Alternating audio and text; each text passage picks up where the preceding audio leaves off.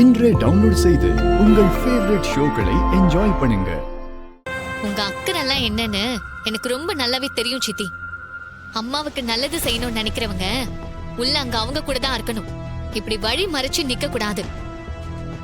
நீங்க எனக்கு கிளாஸ் எடுத்ததெல்லாம் போதும், நான் கிளம்புறேன். ரேவதி, நீ இந்த வீட்டை விட்டு போக கூடாது, புரியுதா?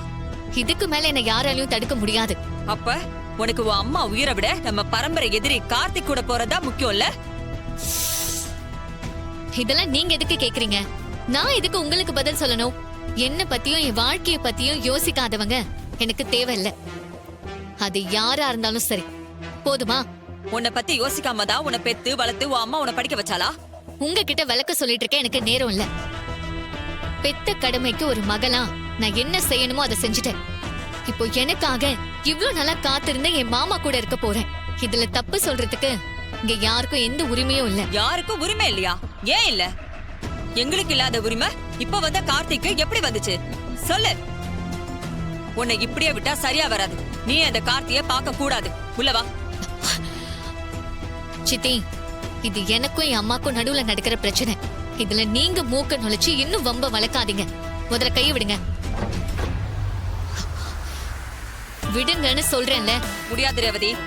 நீ வீட்டுக்குள்ள வந்து நடந்தது எல்லாத்துக்கும் உன் அம்மா கால்ல விழுந்து மன்னிப்பு கேட்கணும். வா. முடியாது. கைய விடுங்க. உள்ள வா. சித்தி, கைய விடுங்க. கைய விடுங்க. உள்ள வாங்கற.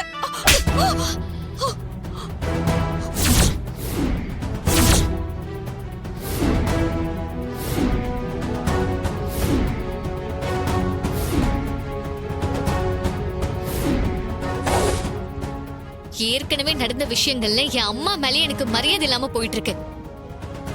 இதுல நீங்க குறுக்க வந்து நின்னு அம்மாவுக்கு நல்லது பண்ற மாதிரி நடிக்காதீங்க.